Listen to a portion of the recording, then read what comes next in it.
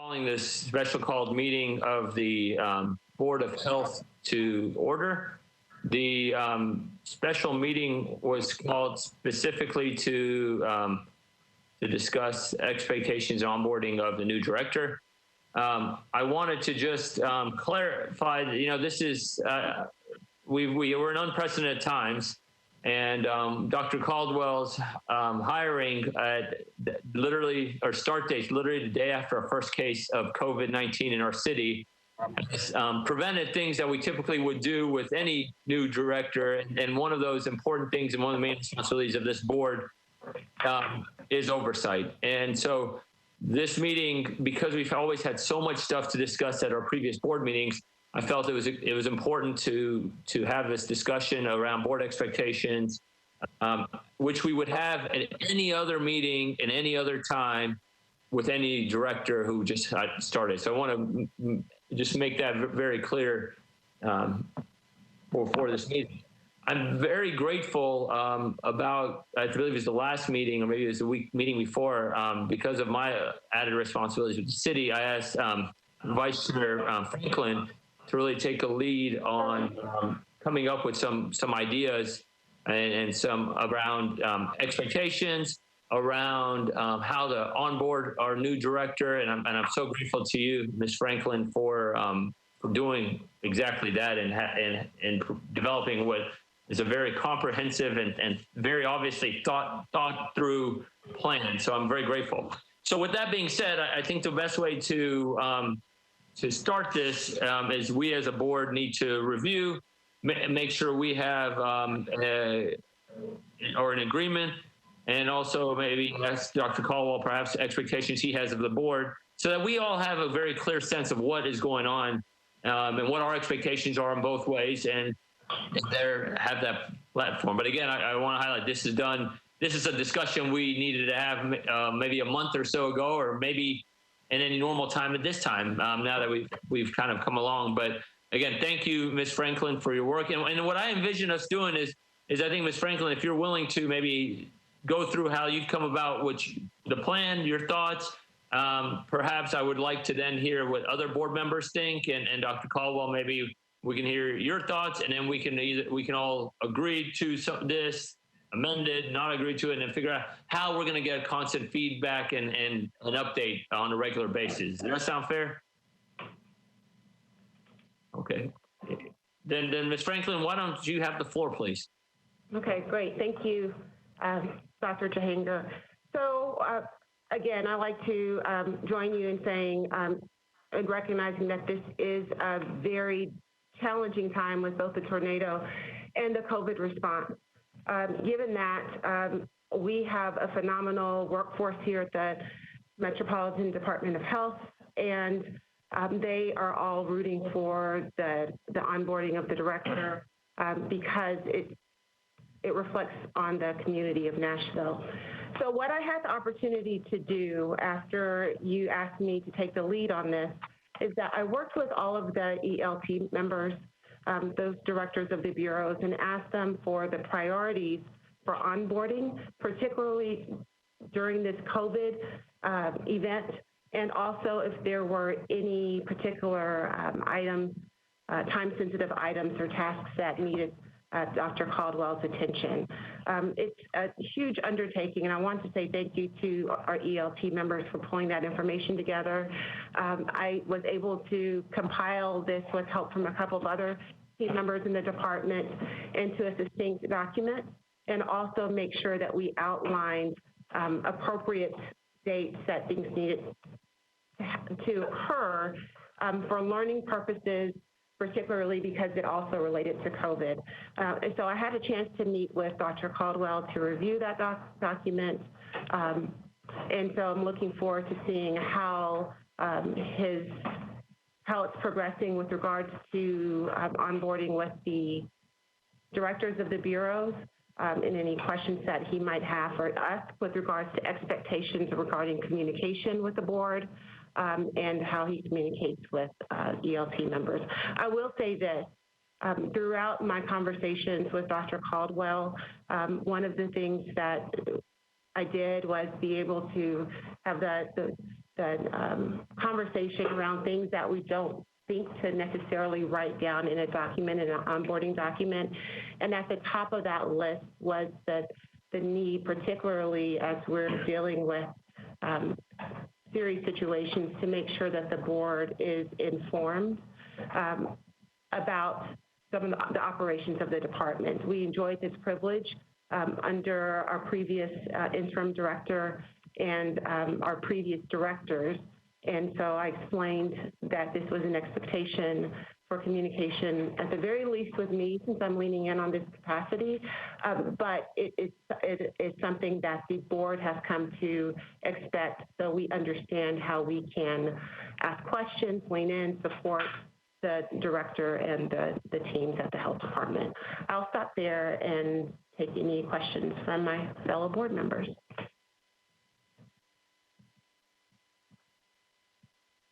Any questions? And if you want to use the raise hand function or just chime in, that'd be fine. I had a question, Yes, Doctor. Tanae. I was wondering what the input of Dr. Bailey would have been in this document, since you had access to someone who's had a lot of experience both with the department and in the area, and seems like she would have been a really good resource. So let me take this moment to publicly thank Dr. Bailey for agreeing to come in to the department as deputy director in a temporary capacity. And she came here at the request of Dr. Caldwell to assist. I did not reach out specifically to Dr. Bailey for this document because the bureau directors were responsible and knew what they needed to do in their particular sections. This was an opportunity to help set the expectations or the standards, set that opportunity for Dr. Caldwell to communicate directly with his direct reports, which were other members of the ELT. From what I understand in my conversations with Dr. Bailey, she is supportive of the director, and she's supportive of our team members, and she has played a very critical role in making sure that things are running efficiently on a day-to-day basis. But again, this was not giving, this document was not giving direction for how Dr. Caldwell needs to lead. It was an opportunity to compile the feedback and communication from his direct report into a succinct document to help him prioritize what was top of need priority versus what could wait for a few weeks or a couple of months. And so I asked for just 3 bullet points, but I was able to receive a great deal of information from ELT, and I learned a lot about the department as well. Does that answer your question?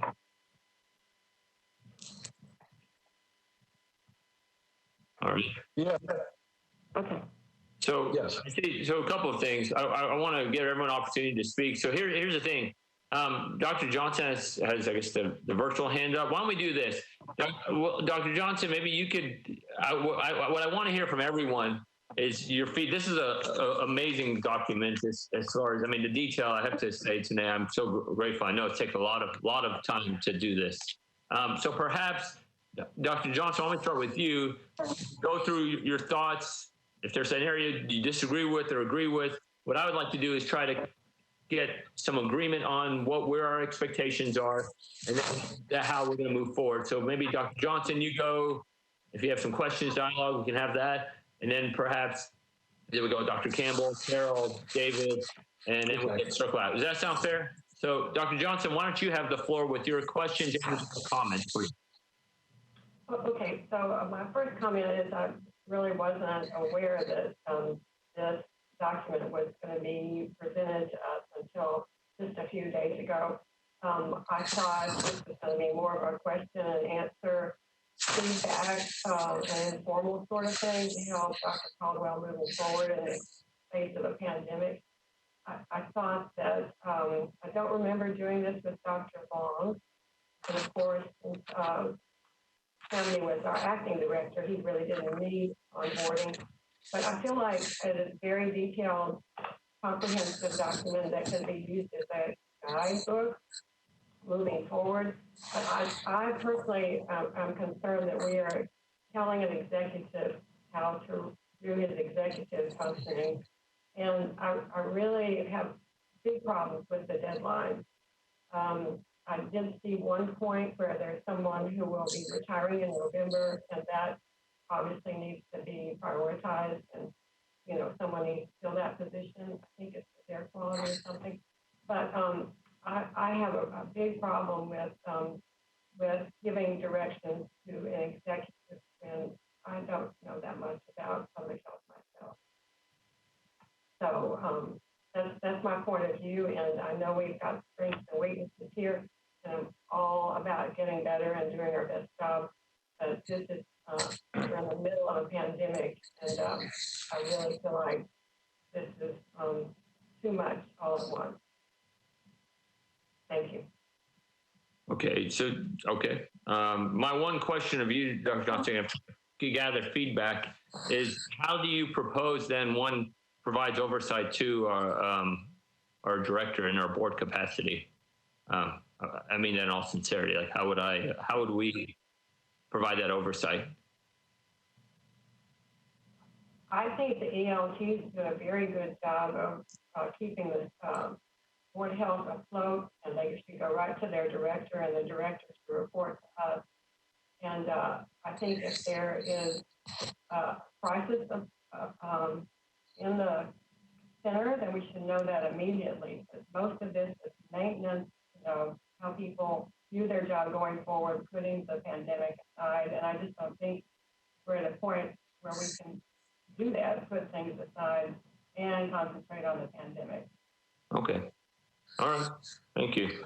Dr. Campbell, want to hear your thoughts? Well, I had a concern that the tone in the document seems to be a bit in conflict with what we're sending a mixed message. On the one hand, there's this kind of micromanage approach with deadlines, which would be understandable. It's a very detailed thing, and Tanae has really put in a lot of time on it. But we have two conflicting things going on here. We have the onboarding, helping new director learn the people and the system. And at the same time, his job is to represent our department and in the community. And this is a once in a generation or once in a century public health event. And it strikes me that should be his number one priority, and our duty as a board to support that.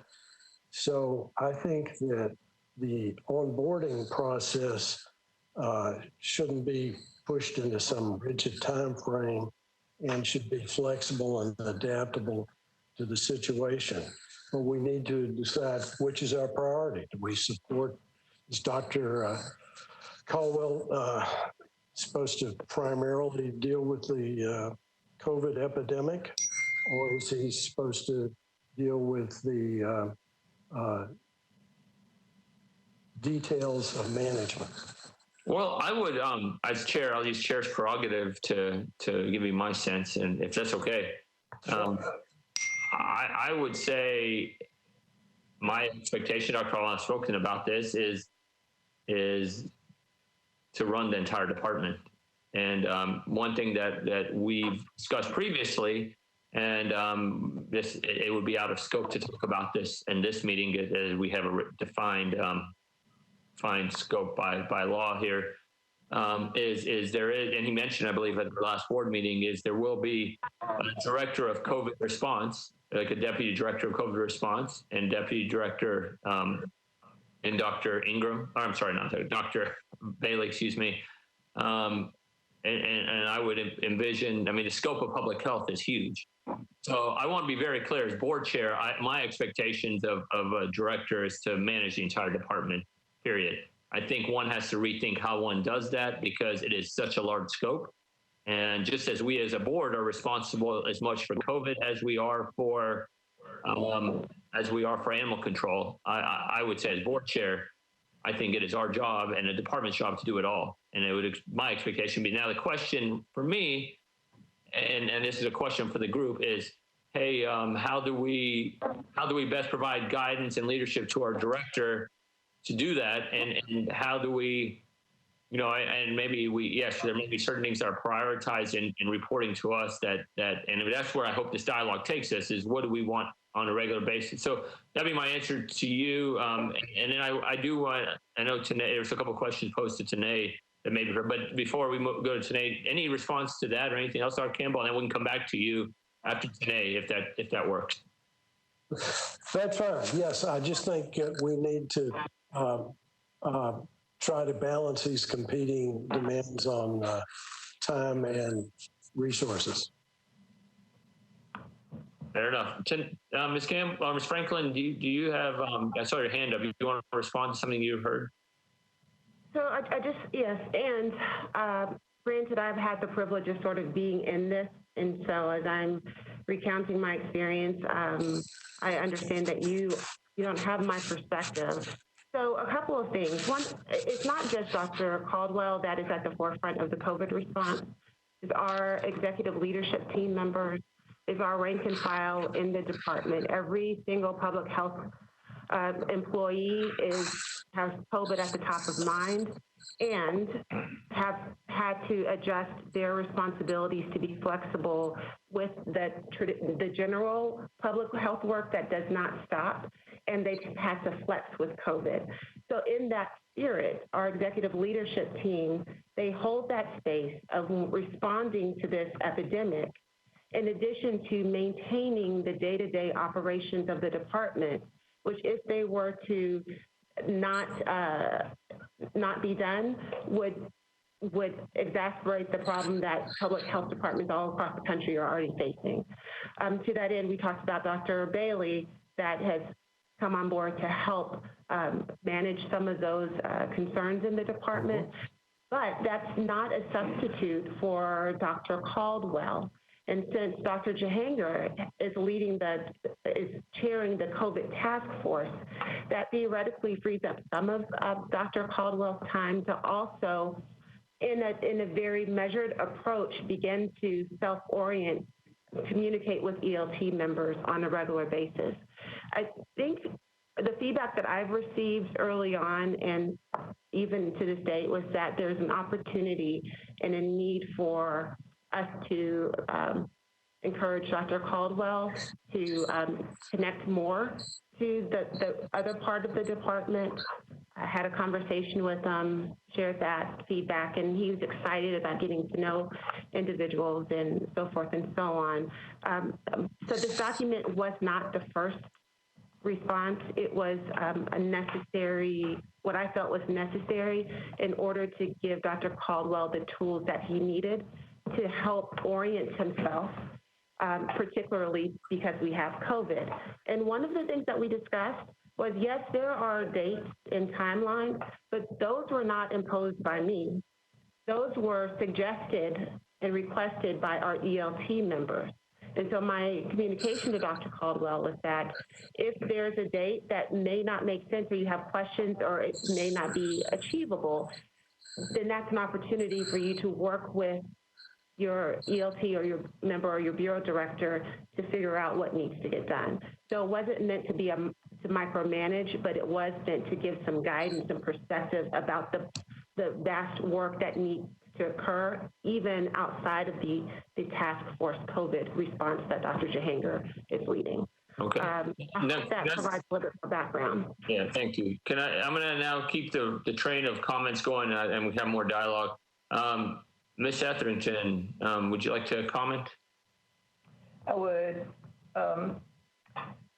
First, I think that looking at the positive aspects of Tanae doing this work and then taking the time to compile the info, I would hope has meant a lot to the ELT, because I don't know that they've ever had the opportunity to express so specifically what their priorities are, what their issues are. So I think that's a real plus for this. And and it gives us all a great deal more information. I also do understand that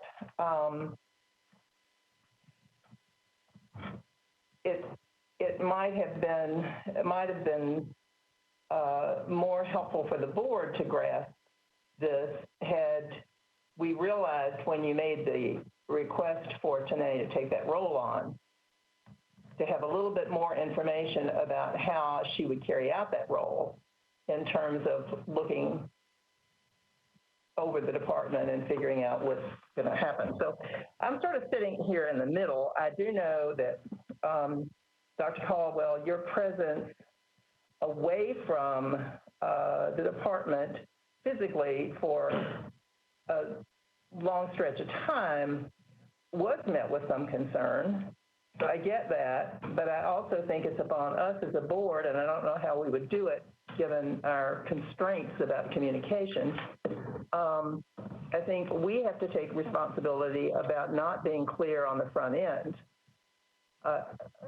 with more specificity with our expectations. That said, we've all got to ride with the fact that the beginning of March was an unprecedented time, which is such a ridiculous understatement now, but between the tornado and the first case with Dr. Caldwell coming in, I don't know how anybody could have a crystal ball and try and figure this out. So I think where we got to go at this point is be very strategic about what is fair and what is wise, and I think that we need to hear Dr. Caldwell after David and whomever else is needing to or wanting to talk. I'd like to hear from Dr. Caldwell what his reaction is to this and whether he understands some of the things that gave rise to it taking place.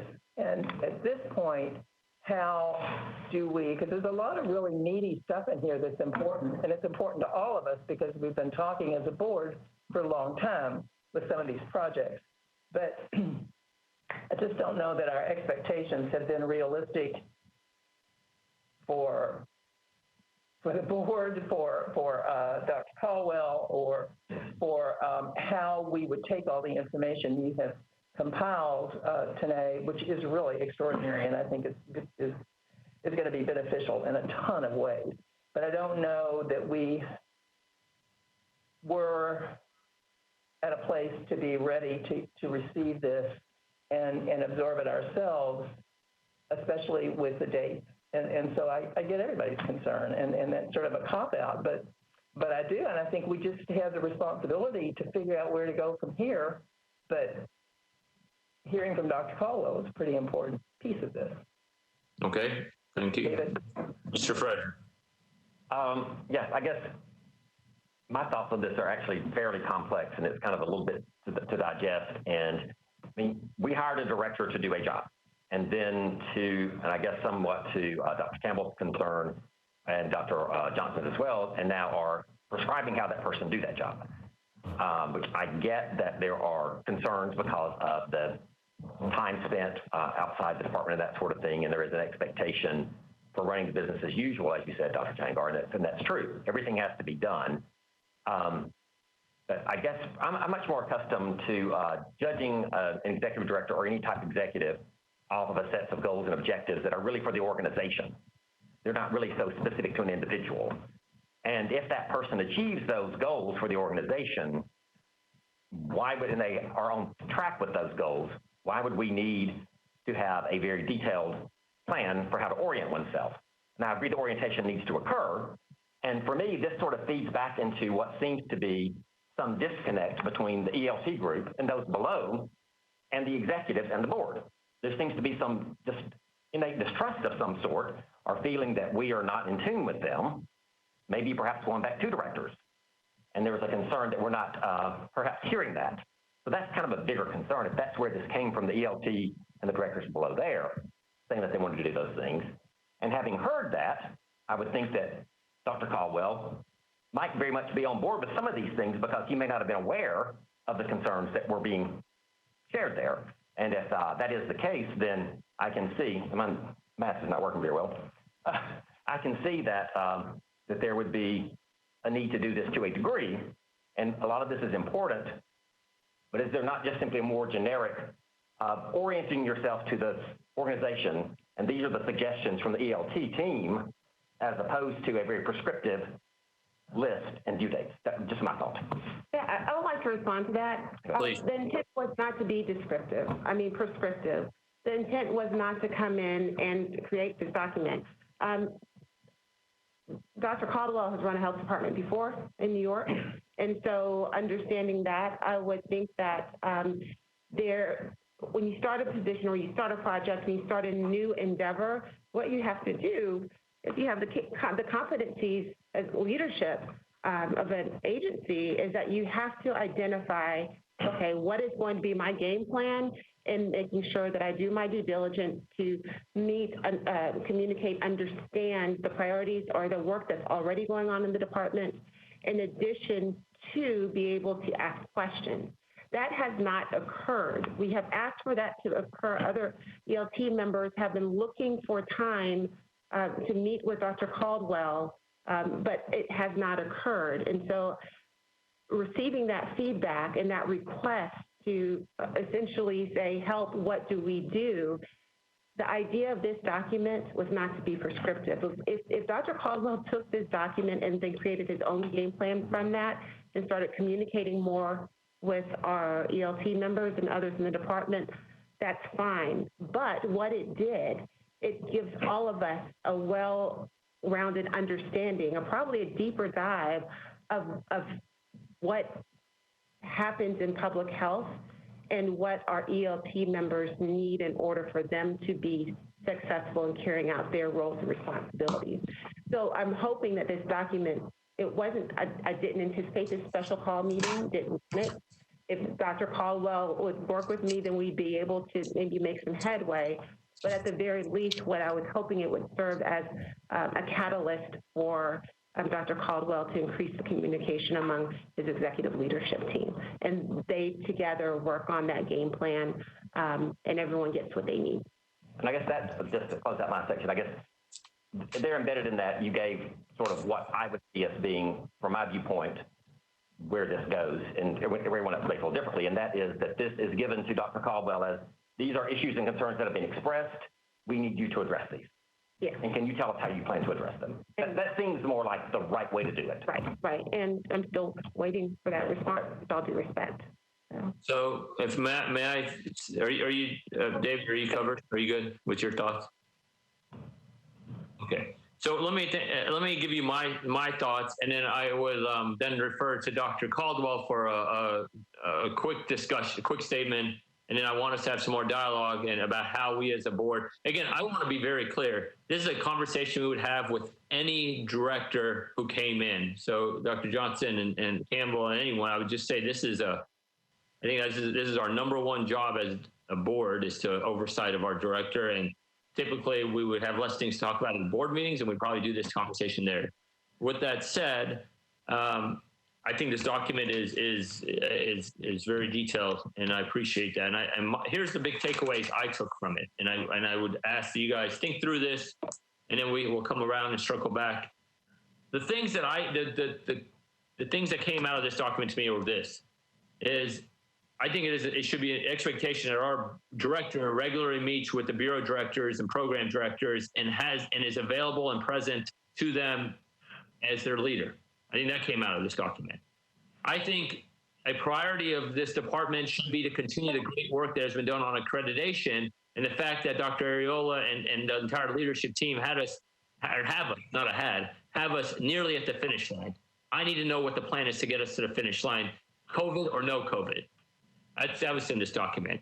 It appeared to me that it's really critical at this juncture to have outreach to our external partners, city council, Metro Law, Commissioner Piercy, the sheriffs and the jails, the big contractors we have, such as forensics and other things. It appears to me having an understanding as a board what Dr. Caldwell's view is of the internal processes. All right, what's his new org chart? What are policies he thinks needs to be changed? I think, again, I am strongly standing by the fact that you need to have a deputy director who manages COVID, and there's a lot of stuff that comes with that, and deputy director who manages the other things. Because my role is one that is not, I mean, this is my volunteer role still, I'll be very clear, and it needs to not be about my ability to do it all. So I think as a department, and this is a long-term thing, the Department of Health needs to be able to have a great COVID response and work with all those partners. So that's another thing came out of this document to me. Some of the task of a director, the evaluation of the team, some of the normal civil service stuff that the director needs to do cannot be delayed. That came out of this document to me that I think will seem critical. And then the other two are things we've talked about that are equally as critical. And I think we can think through this very innovatively right now, not on this call because of the scope, but EHR is something we've been talking about for a decade. There's no reason we need to put EHR on hold. In fact, maybe more of a reason to push EHR at this stage more than ever. And then our Woodbine clinic. We need to think about Woodbine. There's some great ideas about how we can get make Woodbine the clinic it needs to be at this time, and not in spite of this time. So those to me were very kind of really big themes that came out of this, and then the ability to have these priorities again that I have identified as priorities, and that's again this I'm just putting out for discussion. What is our expectation of Dr. Caldwell to communicate that to us and the progress on these? How do we want to do that? How often do we want that? What's the right way to deliver that? It's only fair to Dr. Caldwell that we as a board deliver those expectations to him, period. So that's what I've taken away from this great document and dialogue. But with that, Ms. Franklin, I see your hand up, so let's have you talk, and then maybe we have Dr. Caldwell, maybe give a 5-10 minute discussion, and then let's move forward from there. No, and I see my hand is down now, but Dr. Johnson's hand is up. Yes, so. Dr. Johnson, thanks, Ms. Franklin. I'd like clarification on two things. I think that this was a directive given to Ms. Franklin in her leadership role to develop what he felt like was the best way to onboard the new director. But I don't remember us as a board discussing what that would entail. Maybe that was your directive. As the chief, that's your right, and that's what you envisioned, and you worked that out together. But I don't remember hearing that. No, I want to be very clear. There was no discussion. I asked Ms. Franklin to come up with a plan based on a lot of feedback, which she did. And this meeting is the purpose of that meeting, is for us to have that discussion as a board. So I want to be very clear about that. Okay, so I feel like this document came as a surprise. Okay. And the second thing, I wanted a question about Dr. Caldwell not being on campus or whatever. I was not aware that had happened, or I'm not sure what that's all about. I just wanted to clarify that. I don't have anything to clarify other than I think there's feedback that, I think it's important for any of our directors, whether Dr. Caldwell, Long, Paul, Areola, to be available and on campus, and that the team knows who he or she is. So I think that's a very fair expectation. So that's my 2 cents on that. Okay. I will say this. When I first was first asked to lean in, I had a conversation with Dr. Caldwell. The follow-up from that conversation did not yield the results that we had hoped with regards to communicating effectively and efficiently with ELT members about priorities, about being more present here at the health department, so forth and so on. That was the first step. And then when we did it was quickly apparent that, okay, there is a lot going on. So compiling this information was meant to be a starting point to help orient someone. And being able to respond back, the dates that you saw, that was done in terms of trying to convey to Dr. Caldwell, reiterate again the request that I have made several times before to share information with me as a board member and with the board members as a whole. So it could be over email, it could be quick bullet points, it can be a phone call, it could be, I don't know, but the communication from the director to the board is important because we are blindsided. We've been blindsided on some significant issues, particularly with regards to the data sharing.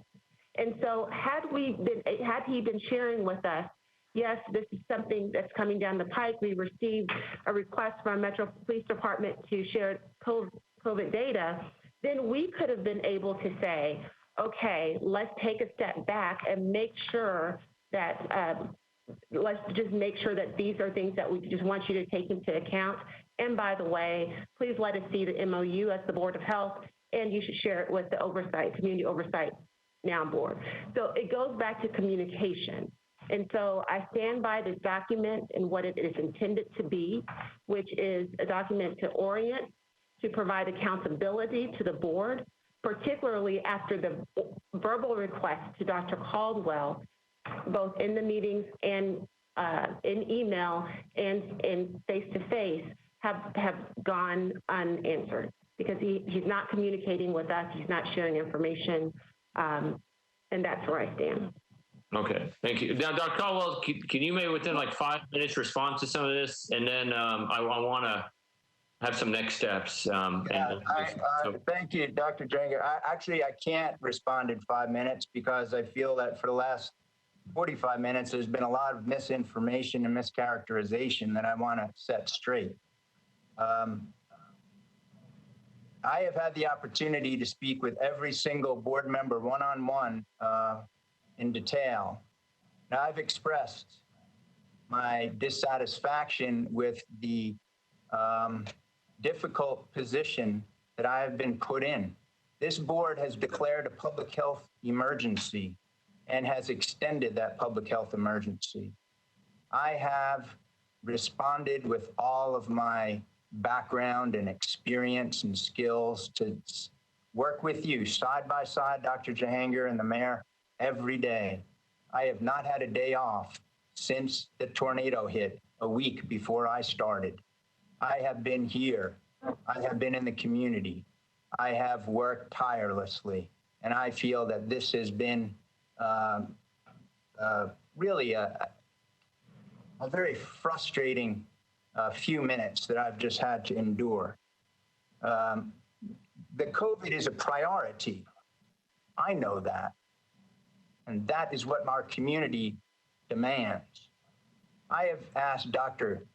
Stephanie Bailey, who ran this department for 10 years and then went on to the CDC to lead their state and local oversight and governance for 7 years.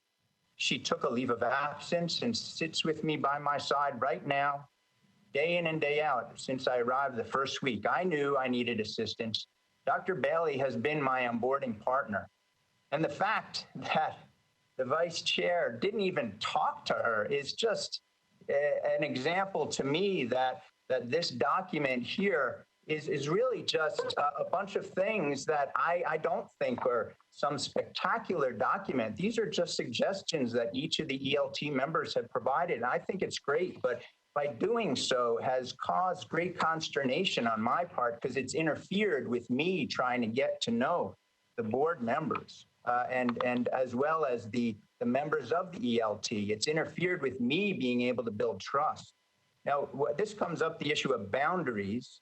Now, I've reviewed your November 1st retreat minutes where the previous legal counsel specifically said that board members' interactions with staff should be limited to learning the work of the department, and interactions beyond that scope could interfere with your board members, each of your ability to hear appeals as members of the department's civil service board.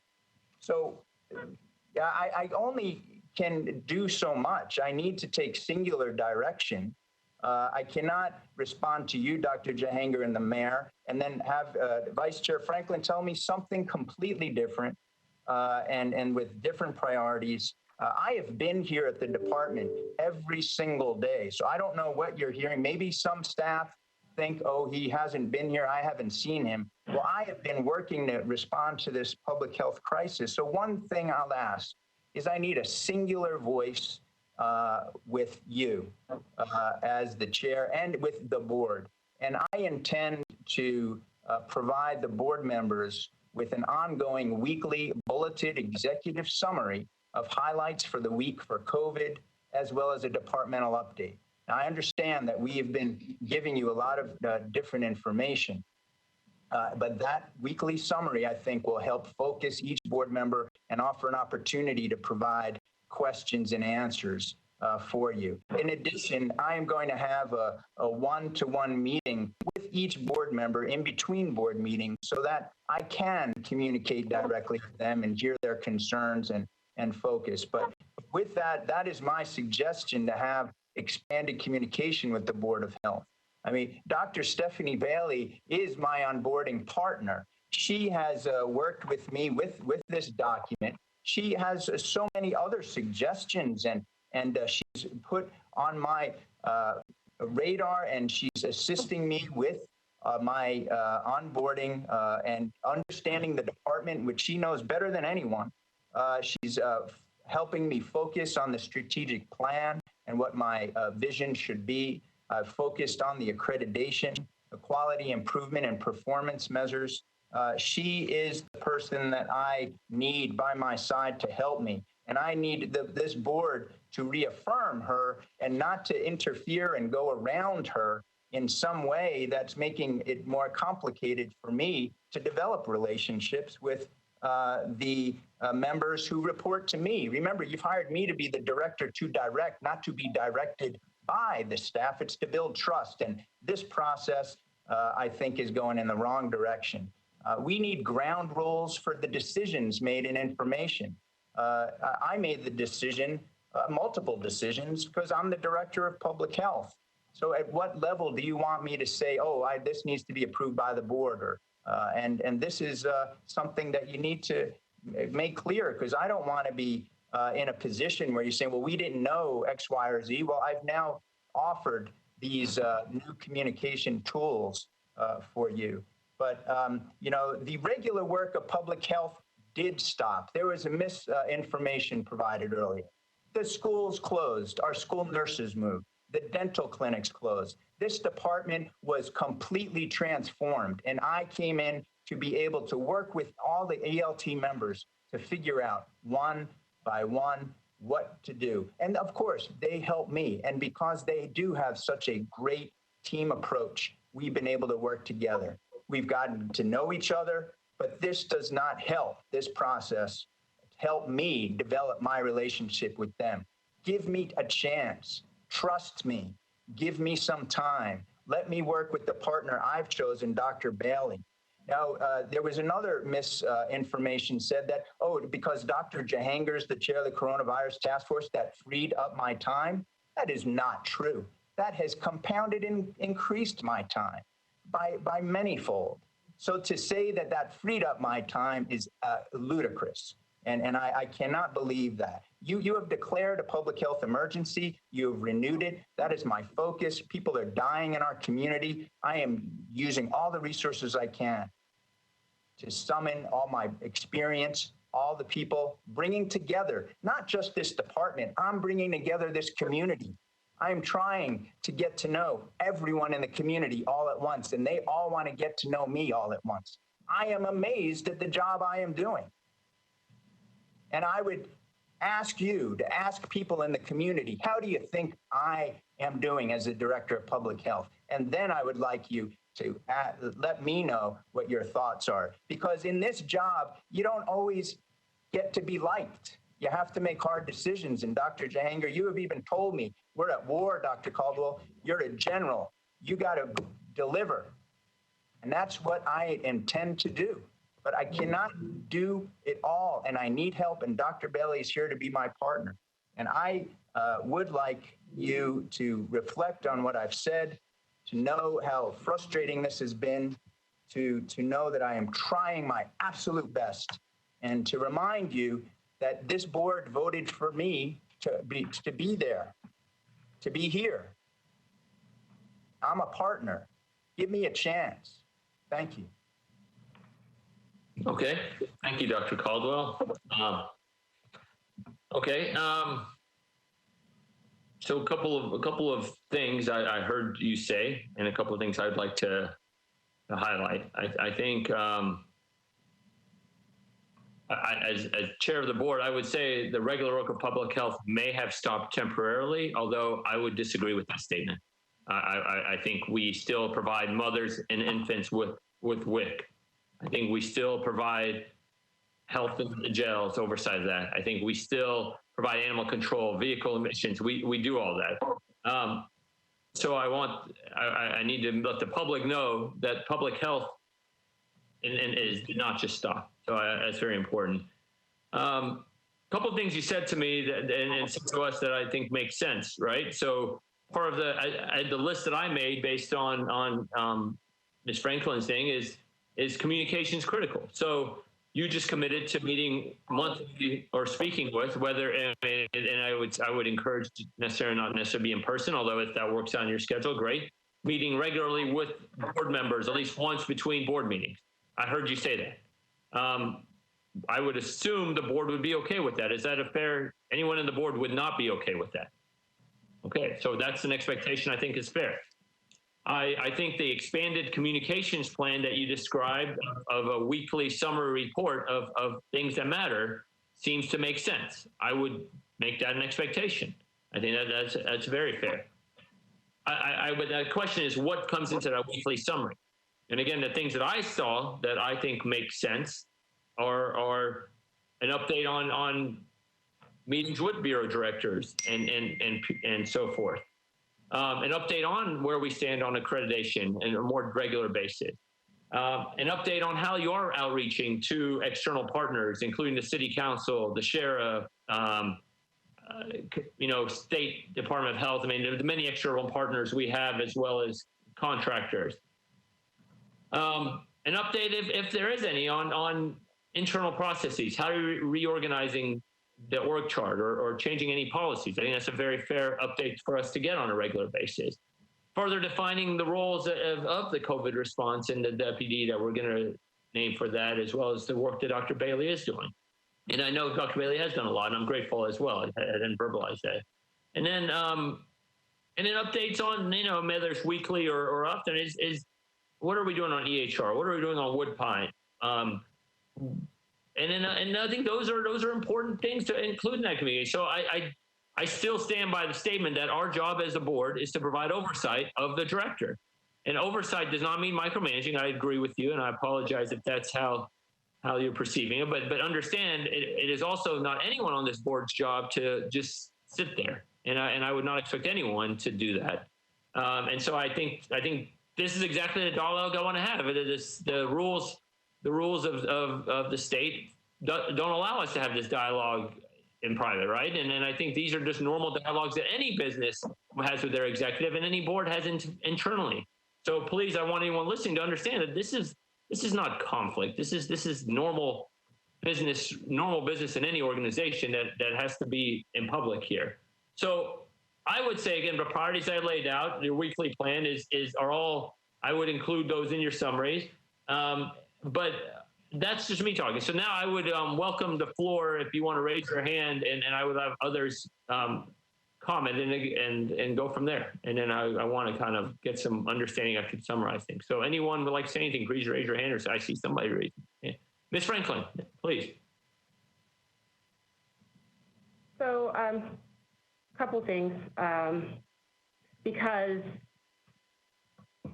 at the end of the day, all of us are on the board are volunteers. It's still technically the workday for me.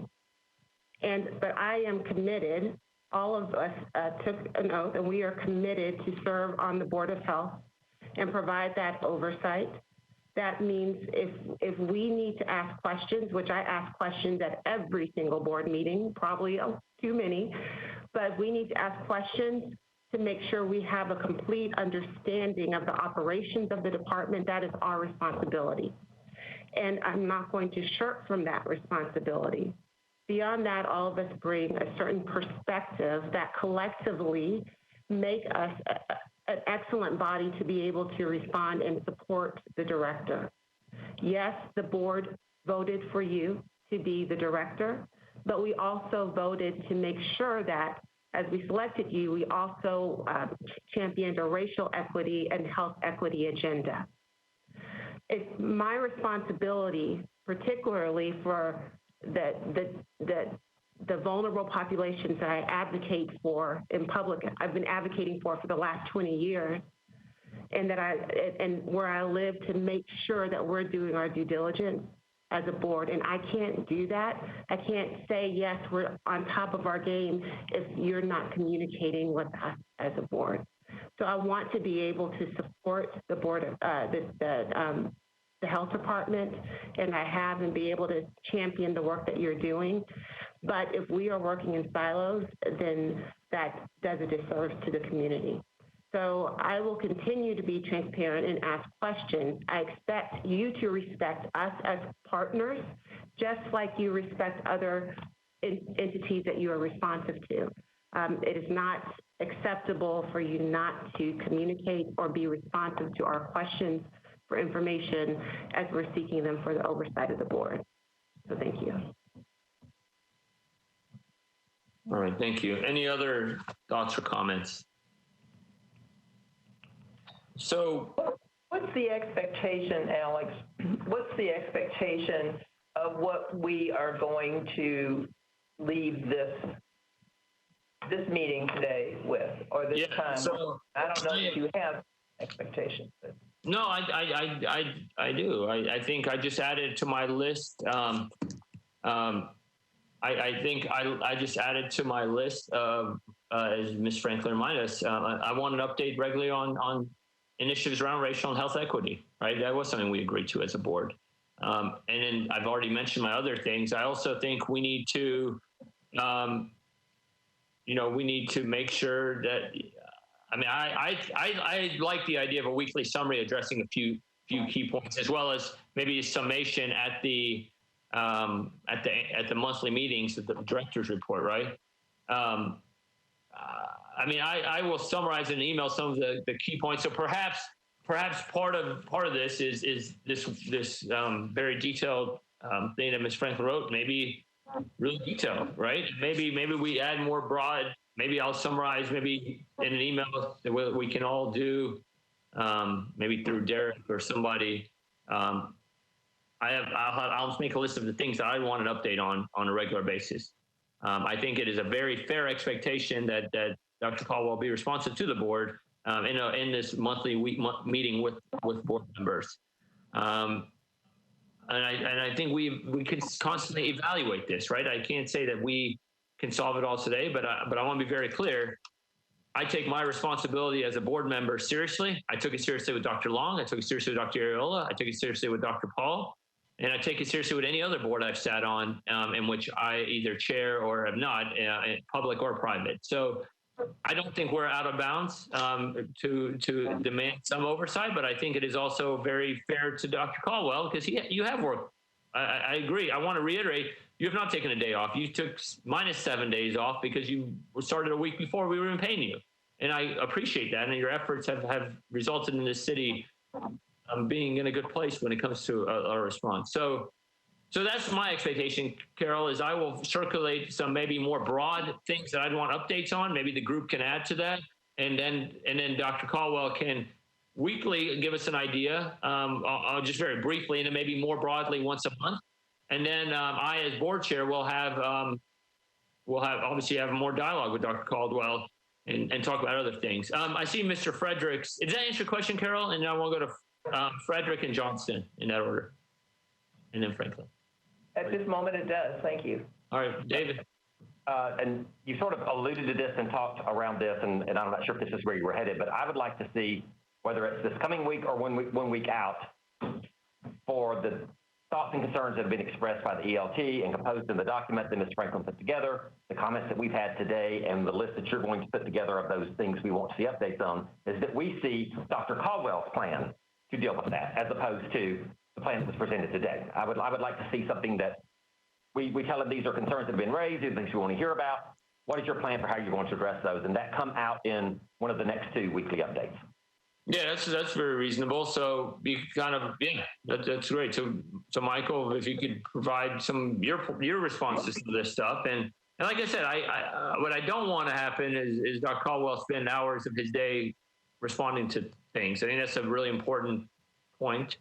And we want to make, again, we're going through this process to help make this maybe a little more efficient for him and for us. So that'd be, what I hear you saying, David, is have Dr. Caldwell respond to maybe some of we'll set our list and have Caldwell respond to some of how he kind of maybe would approach some of this stuff. Is that what I hear you saying? Yes, and by respond, I don't necessarily, I'm not saying I want an answer that you think it's right or wrong, just how it would be addressed. Okay. If there's just how you would deal with these things, these broad issues have been raised, and rather than dive down into the weeds of, well, that's not right, or who said that, just how are you going to address that and sort of elevate that to that level of a response. Great, thank you. I see Dr. Johnson. Hi, thanks. I've been waiting a minute. I just would like to respond to Dr. Caldwell's position. I think he feels like that we are almost at the point of saying, is this a vote of confidence, yes or no? And I would just like to go on to the record that these are terrible, very difficult times. And I don't think the board intended in any way to make this a vote of confidence, yes or no. This is a working document going forward. And if that's the spirit, I'm behind it. But if this is to, be more than that, then we need to be clear with one another where we're actually going.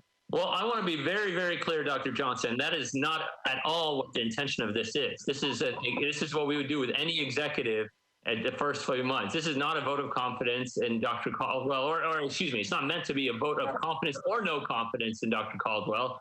I think that those words have a lot of implications, and I want to be very clear, that is not the intention of this discussion, and nor has it ever been the intention of this. So I think as a board, we need to have ways to have metrics that down the road, if we, to say, to be able to have that conversation, right? First of all, I think that's a little extreme statement, but I think it's fair to any executive or anyone an employee, like I would expect Dr. Caldwell to have the same discussion with his ELT, and his ELT to have the same discussion with their lower employees about what expectations are, and not every conversation on expectations should be viewed as a all or none, in my opinion. So thank you.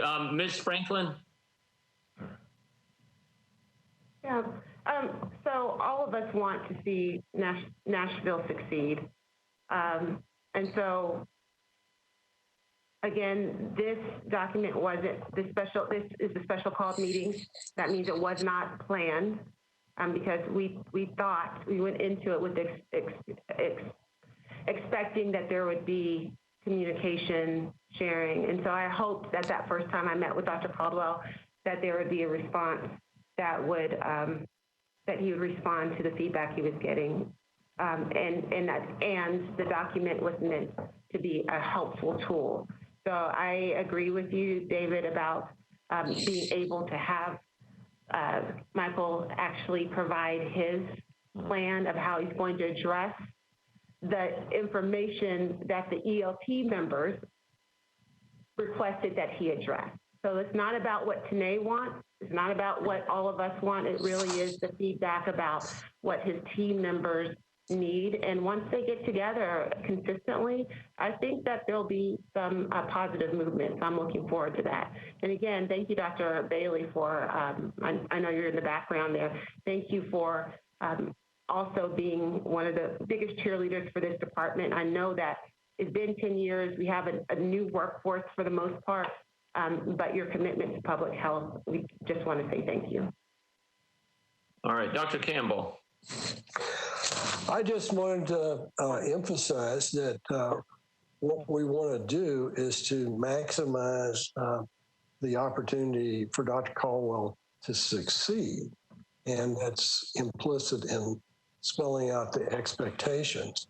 And that we've got a big department, we've got people that do amazing work. We've got to fight the silo effect that's implicit in any big organization like that. There's always conflict and misunderstanding when you have an organization this diverse and this large. We've got to find ways to have common ground and kind of try to tolerate our differences and try to make everybody succeed as much as possible. Okay. Okay, thank you. So here's what I think is next steps. Dr. Caldwell, do you have anything else you'd like to say? Or Carol has her hand up. Oh, I'm sorry, I didn't see that. I apologize. Carol. That's all right. And my question is going to be for Derek. So, Okay. So I don't know if we want that now or you want to, I would just like to know that for future reference, if the board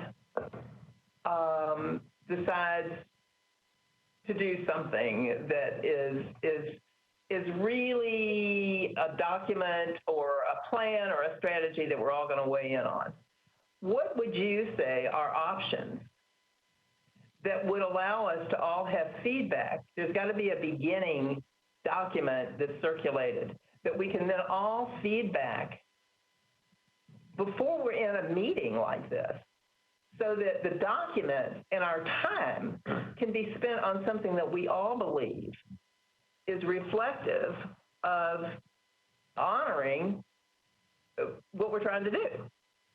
And I'm really, there's got to be a way to do that that does not break the Sunshine Law. Let me address it in this fashion. If you're talking about a document that all of you need to review in advance of a meeting, and are you speaking of it emanating from one of you board members? Yes, but not independently. I mean, something like what we're doing right now, that if there's a request made by the chair or there's a decision at a board meeting that we need to have,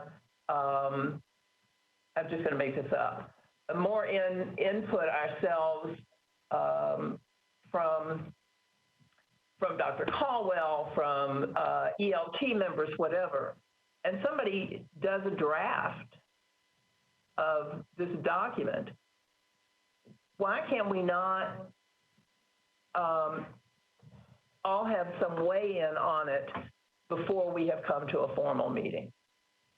We're not necessarily voting on anything. Deliberation doesn't mean voting. Deliberating means weighing what you have before you.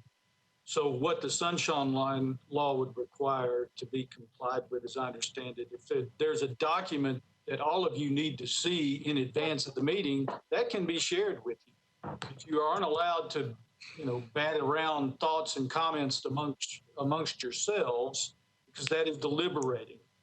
So now, if you wish to, make comments and have other drafts drawn up or something of that nature, make determinations whether it satisfied what your expectations are. I'm not aware of or familiar with a way around the Sunshine Law requirement if you're going to do that collectively. Okay, no, likewise, I'm concerned if you try to delegate individual authority, that seems to be something that may also be avoiding the question. But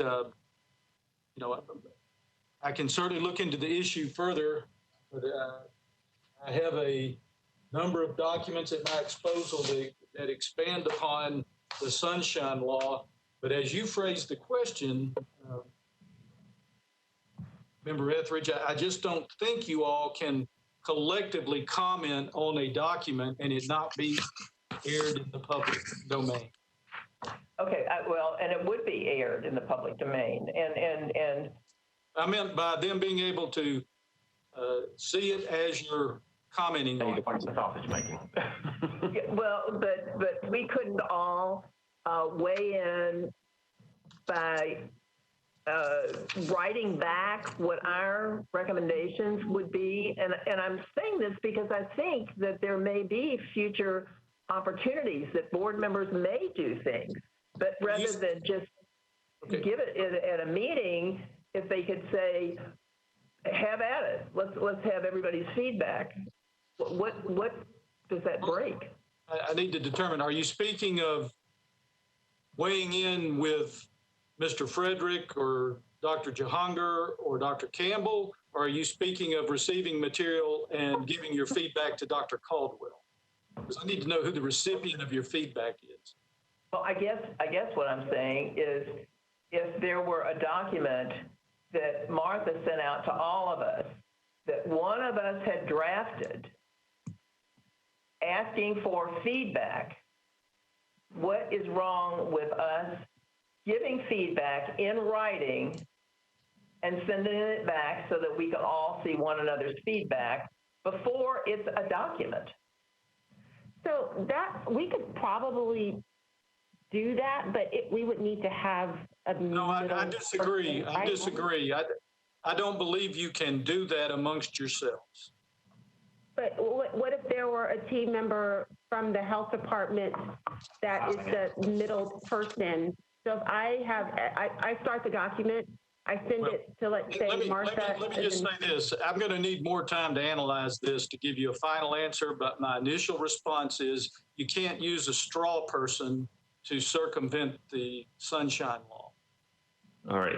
So here, can I just summarize something now? Can I 1 second? And then I want to, and I'll open for floor for final comments. So things I've heard is David saying we need to get Dr. Caldwell to maybe address some of these broad issues raised in this document. Maybe Dr. Caldwell, you can provide some written answers to some of this, and we can talk more, you and I, about what that is. I believe on a weekly summary and definitely on a monthly summary at our board meetings, issues around racial health equity, updates on meetings with bureau directors, the accreditation process, outreach we've talked about, and I'll put all this in a document. I'll send internal processes, including the co-direct deputies, personnel, maybe a plan around personnel evaluations, and that could be, again, daily or monthly, you can tell us that, and then our plan around EHR and Woodbine, and also responsiveness and presence, and that is important. I don't know how we quantify that at this point. And then let's maybe start there, and you and I could talk about that. And then let's continue this dialogue. I mean, does that sound at least reasonable to the group? I mean, short of having regular meetings like this to fine tune a document at this moment. Have I hit the broad things? Is that a fair broad? And then our expectations for sure: monthly meeting with board meeting members and expanded communication, and then the summary. But here's the thing: I've told you this privately, and I'll say it publicly. I think a board member having an email question or a question for you that comes after a month is a fair expectation to get a response to that. It doesn't have to be a weekly meeting, but I would say it is a fair expectation that any of the six of us could and have the right to contact the director, as long as we do it on a regular basis. We understand that you've got a lot on your plate. So in my opinion, that is I think a fair expectation of us to have a view. And in return, your expectation of us is that we minimize all of that and really reach out when we need to. So, and Dr. Campbell, is your hand up, or is that up from the last time? Oh, it was up from the last time, but as you were speaking, I just wanted to say, my concern is I want to be, I don't want someone to speak for me without my having input into something like this document or express my opinion. Okay. That's fair. I will summarize what I think and send it to the group. We could bring it up at the next board meeting, but in the meantime, Dr. Caldwell, I think it's a fair next expectation for you to have those meetings maybe between now and the next board meeting, which is, let me rephrase when the next board meeting is before I make such a statement. I think you just said you just met with everyone. So I think it's a fair expectation to, the next board meeting is on the 11th. Okay, so over the next 6 weeks or sooner, you should meet with people.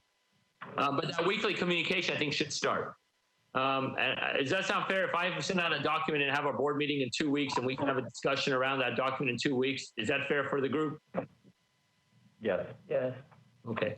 Ms. Franklin, I see your hand up if that's still. So here's my dilemma.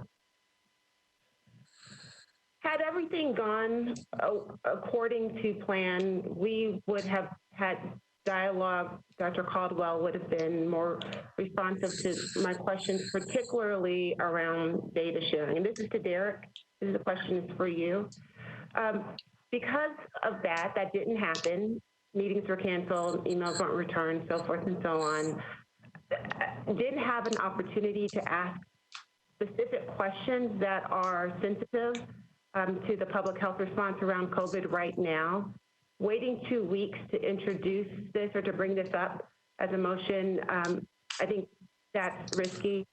I'm curious around, I want to be able to make a motion that's not specifically on this document that we're talking about, but is within the scope of the lack of communication with regards to Dr. Caldwell to me around the MOU and the data sharing for COVID data.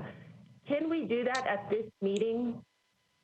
Because I have strong reservations on how proceeding, and would like to make sure that as we move forward with data sharing, if we move forward with it, that the board have an opportunity to respond and have oversight to that, understanding that process. As chair, I'm going to read the line. Go ahead, Dr. John. I'm saying, as chair, I'm going to defer to you if that's within the scope of what was announced before we can make a motion.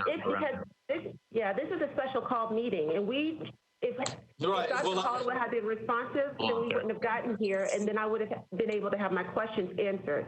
Because of his lack of due diligence and lack of respect for my time, now we might have to wait 2 more weeks to talk about data sharing.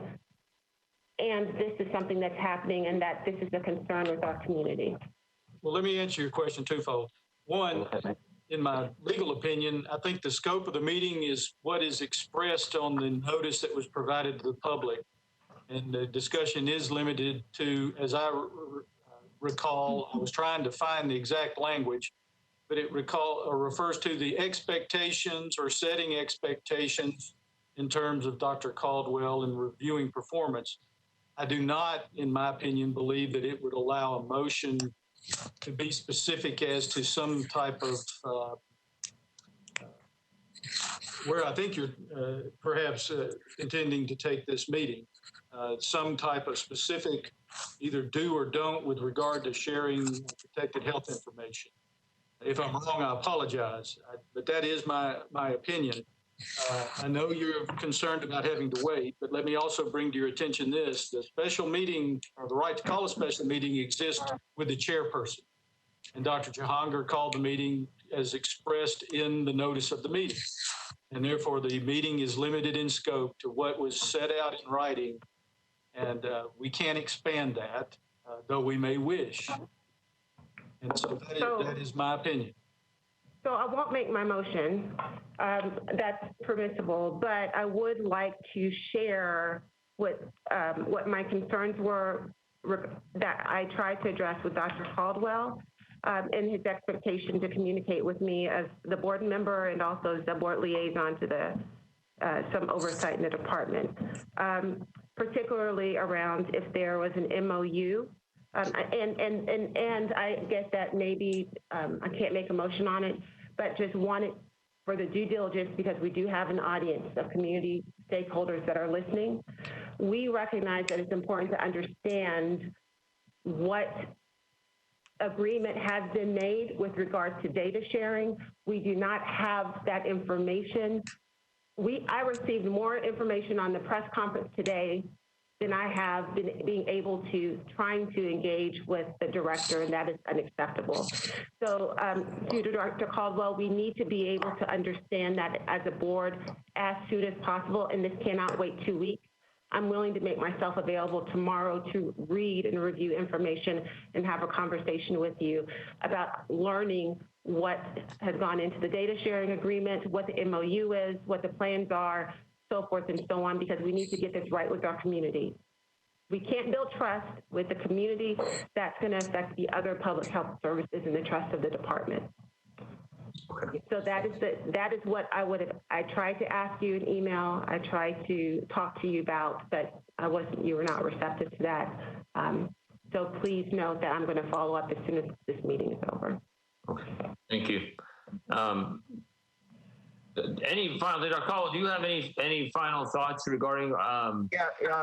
Thank you. Yeah, I think I want to clarify, Dr. Jahangir, that I'm going to be, directing my comments and to you. You are the board liaison to the oversight of the department, and I recognize you as that, and I will continue to do that. I have outlined how I will communicate with all the other board members. I will receive direction from the board, and I will receive direction from you so that I am not confused and not in conflict with being asked to do different things. I am working with you on a number of issues, and I will continue to do that. And it is more than can be asked to do that outside of what we've just agreed to, that I would provide a weekly summary, that I would have a meeting with each board member, one-on-one between board meetings. I will be available by text, by email to answer questions and to try, as my time permits, to provide information. But on these, really the issue of a board liaison for oversight of the department, I think that is you, Dr. Jahangir. I recognize you, and we've shown here in the last couple months that this has not worked, what was set out. And Dr. Bailey is my partner on board. And I just want to ask every board member if they agree to that, because this has been quite frustrating for me to be able to focus my attention on the public health emergency at hand. Well,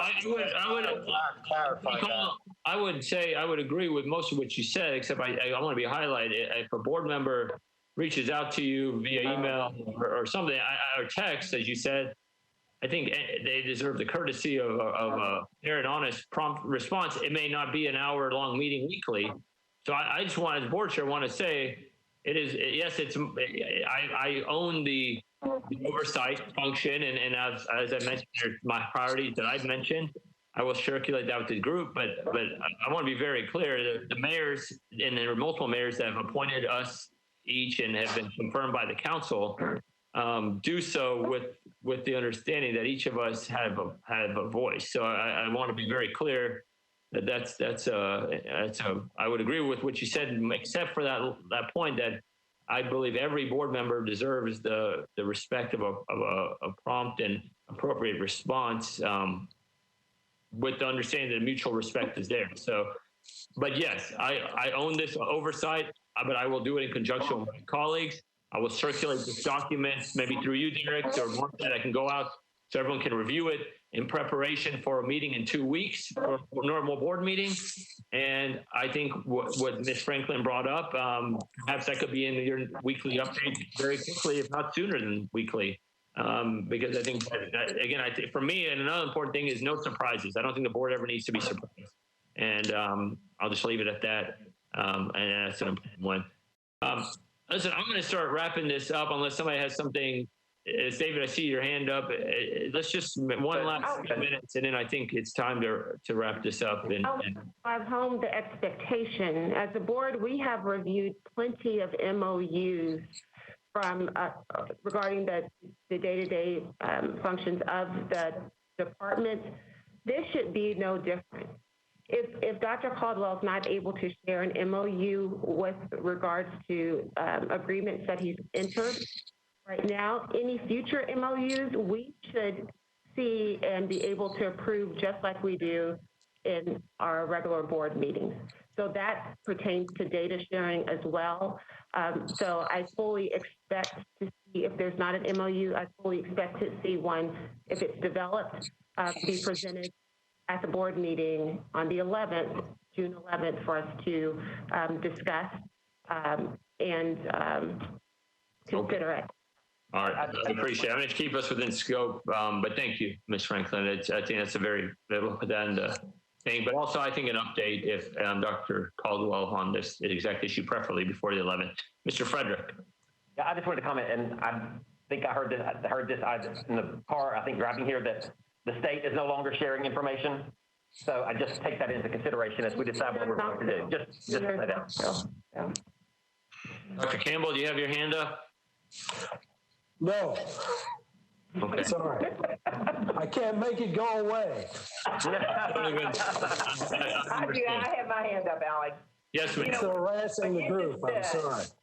What you just said about the board doesn't need to be surprised. I think that that's why, in order for us to be an effective board, we don't need to be surprised unless it's just the last resort. But that's true in terms of what may come from the department, but it's also what may come from one another. Mm-hmm. And I think that's the part that some of us are reacting to, that we didn't have an opportunity to weigh in on some of the document. There's so many positives to it, but it also can be construed in such a way, particularly if you're the recipient of it. And I think that's why we had a discussion. That's why we had a dialogue, and Dr. Caldwell received that document and said thank you, and also recognized me for the work that went into it. So this is new to me, that he's finding this document very frustrating, because he did say thank you and that he would read it and review it and said that it was helpful. So we had a conversation. I think we need to recognize, Derek, I respect the Sunshine Law and what we have to do, but I think in order to keep this sort of all on even level with us, the very nature of the way we have to do this makes it seem much more confrontational than it is. Yes. So, and I think that we all just sort of need to realize that and check that a little bit, and check our reactions a little bit. I would agree. We're going to have to be caught by surprise to some degree because of this Sunshine Law issue. And the last thing that we want to do as a board is to become confrontational and reactionary to one another, as we have seen on other boards, and it just is so damaging. Mm-hmm.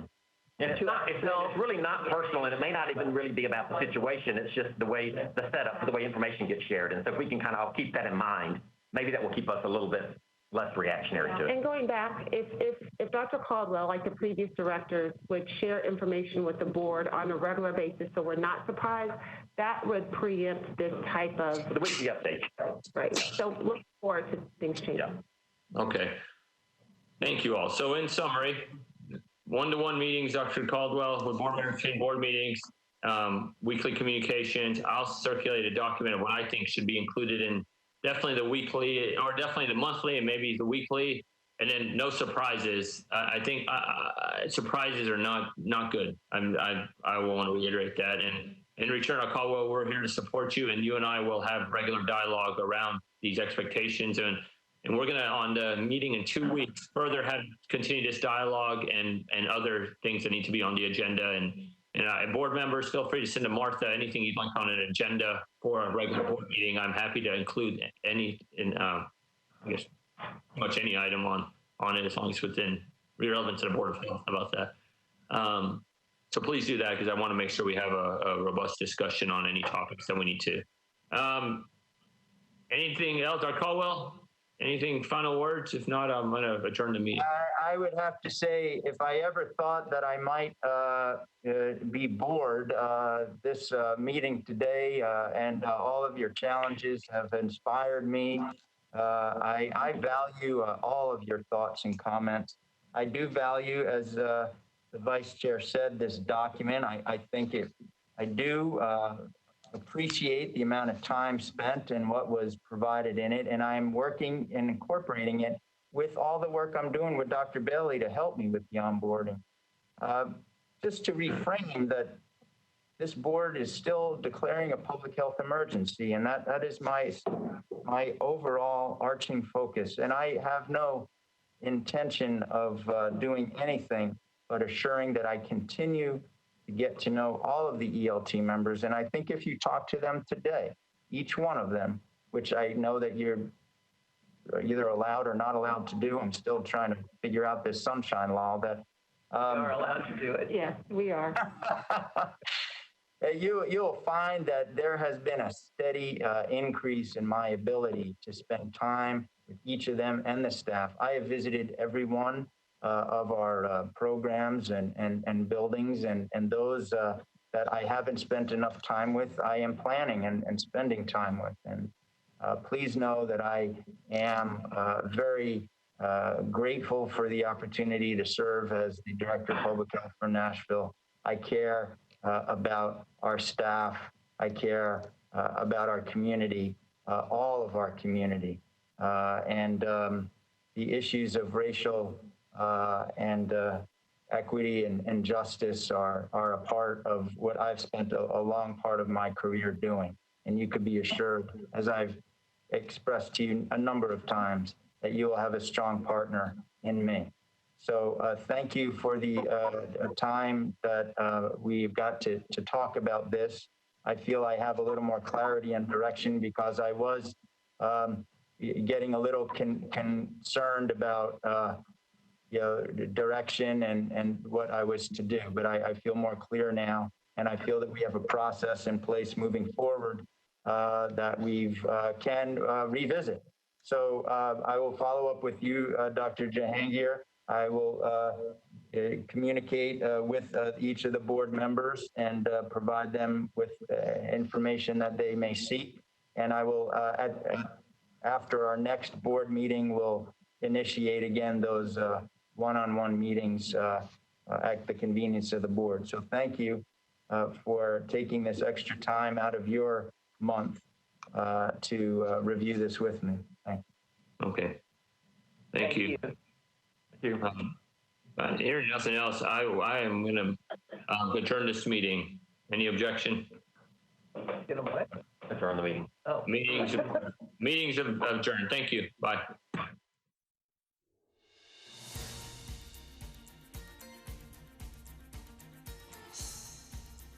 This has been a service of the Metro Nashville Network. If you would like to see this presentation again, or for more information about this and other programs, visit nashville.gov.